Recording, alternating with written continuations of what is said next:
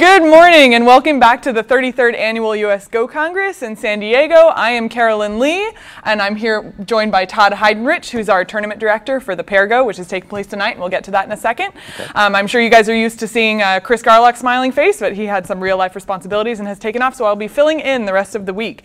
To go over a quick schedule, everyone's kind of regrouping after the day off yesterday. Everyone had a day off? Right, yeah, everyone had a day off except for the people who decided to play in the Die Hard tournament, which was a 4-round tournament that took place yesterday. We actually had some undefeated players from that. Aaron Yi 5D, James Carrier 3K, James Funk 6K, Darwin Kim 8K, and Zhongren Huang 20K, who are returning today to play some more Go. More Go, yes. Those are dedicated players. So then, apart from that, we are going to have, of course, the next U.S. Masters, the Open Masters Division round this morning. The big game there that's going to have commentary is going to be Wu Hao 2P versus American Pro Eric Louis 1P. Commentary is going to be done by Myungwon Kim 9P and hosted by Zhu. We're going to get a fuller name on that from our producer there. And so that's going to be this morning starting at 9 a.m. Another tournament we've got coming on that's going to be a commentary game is the Redmond Cup Junior Finals at 3 p.m. this afternoon. So that's going to be between Ari Chang and Matthew Chang, not related to each other. So that's going to be exciting. It's at 3 o'clock, commentated by Michael Chen and Lionel Zhang. So they've each won one game. So. Right, they've each won one game, so this is a big playoff. The Seniors Redmond Cup did already happen, and Aaron Yi 5D won, which makes him Redmond Majin. He's won 5 years, I believe now. He's got 5 Redmond Cup championships. Impressive. Very impressive. All right, 70, sorry. Yeah, right. 5 Redmond championships. He's 7 dan now, yes. Yeah. And that's been great. He's a long-time Go Congress attendee. So one of the other schedule things we wanted to run through today is that this afternoon, starting at 7 p.m., we have the Pair Go tournament. And so I'm joined here by Todd. Yes, the Pair Go is always one of the more popular tournaments for the week. Lots of people like to play in it. It's a fun mixed doubles Go. But you're not allowed to talk to each other, so it gets very interesting as you play. Right, you got to kind of anticipate. If you've been playing with the same partner for a long time, it works really well because you can know their style and anticipate what they're going to do. But it's much more fun when you're playing with someone brand new because every move is exciting. And we have the top table in the tournament is playing for a very good prize. The top winner of the tournament gets to go to Japan to represent the U.S. in the World Pair Go Championships. Great. Amateur Pair Go Championships. Mm-hmm. And that's the first weekend in December. So that is a very nice prize to be playing for. And yeah, we have absolutely. a very, very strong top table this year, so lots of strong pairs. Yeah, I think Should so. Be very exciting. So how do you decide what the strength of a pair based on the two basically, players? Both the male and female player have ranks coming in, and you take their rank, and it's an average rank between the two of them. So in the main field, we get some very interesting matchups where we have professional players playing with players that are in their 20 and 30 cube players. Yeah. So most of the time, the professionals tell me it's like playing against 3 people. Right, the 2 opponents and their partner. Right, but everyone has a lot of fun. Yeah, so, I think a lot of people who are normally non-players. Yes, this is the one tournament where a lot of players that rarely play or have never played will play their first games and get an experience playing Go. Many times it's brand new players, and it gets very interesting. Great. And most people like to dress up. There's interesting costumes and things, so it's a fun tournament. Great. And excellent. the top board will be broadcast. Yes. Oh, yeah. So starting a little bit after, I think, the start of the top board round at 7 p.m., there's going to be commentary on that, which should be very exciting, hosted by myself and Mingju Zhang, one of our professionals here. That should be fun. Yeah, it should be a lot of fun. So we're looking forward to that. And we're going to, let's see, I'd also like to run through a couple other results that we've got so far. The women's tournament, we've got some undefeated players in that, had a very strong field. So we've got Sai Sun 5D undefeated, So-Woo Wang 1D undefeated, Leah Luke 7K undefeated, and Antonio Perez Lopez 20K also undefeated. So I think we had a great tournament this year. Yes, it's been fun so far. In the women's tournament. And so let's just segue from that back over to Pergo, because fewer women play, so it's always kind of a scramble for partners, right? It's always a scramble for partners. And that was one of the reasons we started Pergo, was to get more female players playing. And they are always a big scramble early in the week for partners. So most of the women players are snapped up by Monday or Tuesday of the week, and they're very much in demand. Yeah. Yeah, so. But yeah, we're seeing that increase a lot, I think, as a result of Pergo and the women's tournament. Yes, I think we're getting a lot more players, women players playing, and they're getting stronger.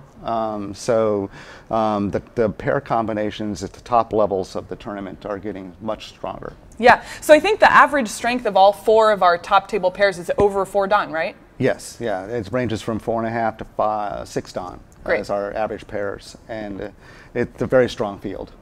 Excellent. All right, so I think we're going to wrap up here. So we've got, again, just to recap, we've got the Masters Round 6 up next with commentary. Join us for that. Redmond Cup Junior Finals at 3 p.m. this afternoon. And then tonight we've got Pergo Finals at 7 p.m. And all 3 of those are going to be commentated games that are going to be live on this YouTube channel. So it looks like the players are starting to get settled in for their round, so stick around for that commentary. And thank you so much for being with me, Todd. Well, thank you, Caroline. Great, and so we'll see you guys back for the commentary.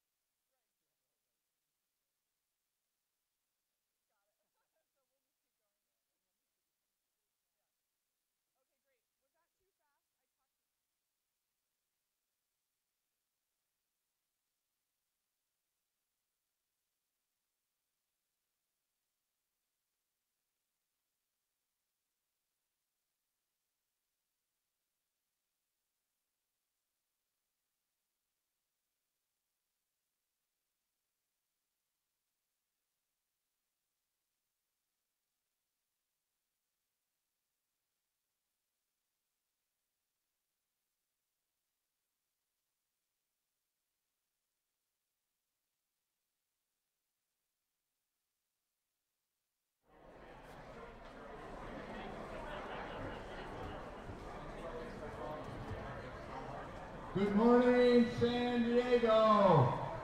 It's 9 a.m. Please take your seats. Or if you want to talk on your phone, go out into the foyer and close the door, because we have important things to announce and people want to hear it.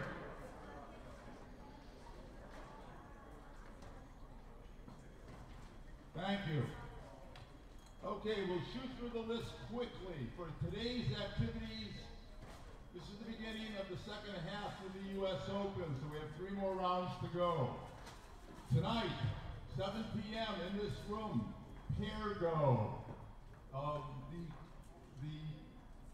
It's closed, but there's an alternate list out on the table for signing up for tonight.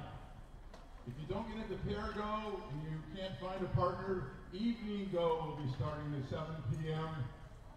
Terrace Salon 2. If you won your table in the 13 by 13 contest the other night, find your opponent and play, please. Oh. Closer, got it. He says I'm not speaking loudly enough. If you can hear me now, that's wonderful. Okay. Banquet tickets will be able to be picked up if you've already paid for them tomorrow, Friday, and Saturday after the Open, out at the desk. If you want to buy one for your special person, they'll be $50 a piece. You can buy them at that time also. No credit cards, cash and check is acceptable. There's an ATM in the lobby. Miscellaneous items from the Congress, like extra t-shirts and pins and mugs and stuff like that, will be for sale starting tomorrow after the open.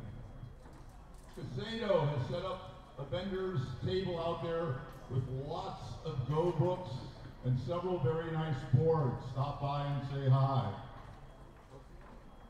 Oh, yes, it's Casado Utopia, yes. My conscience is here. There is an American Go Foundation, AGF, meeting at 3 p.m. today in Terrace Salon 2. No, 2. Yeah. Okay. For those of you who are poetic and song masters, the entries for the Bob High Song and Poetry Contest end at noon today.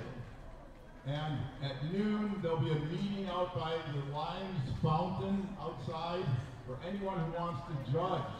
So if you want to get involved in that, come out to the fountain at noon, and they'll decide at what time they will meet for that.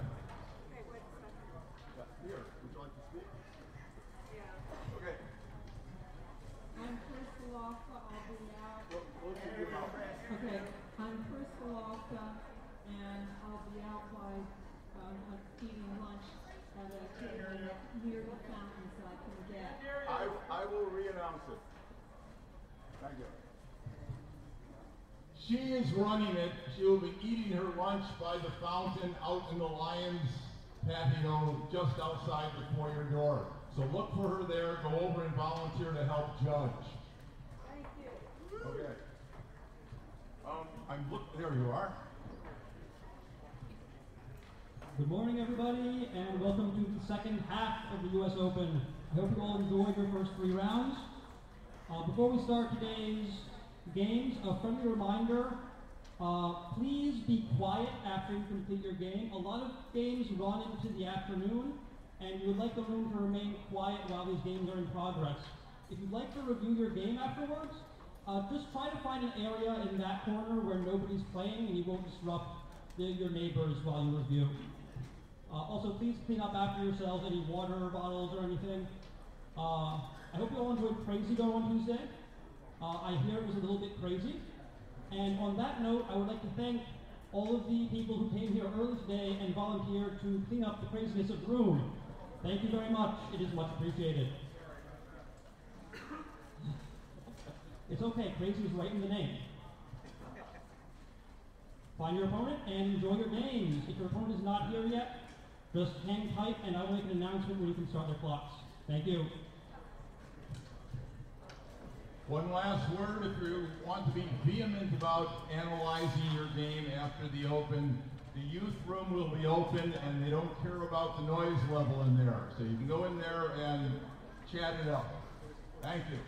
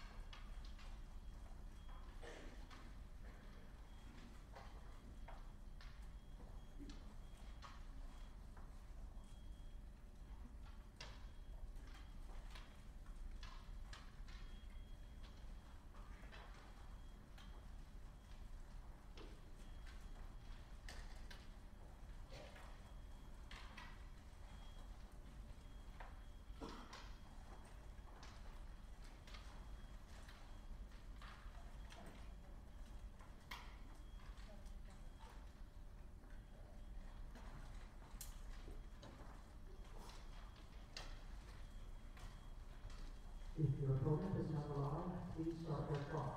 And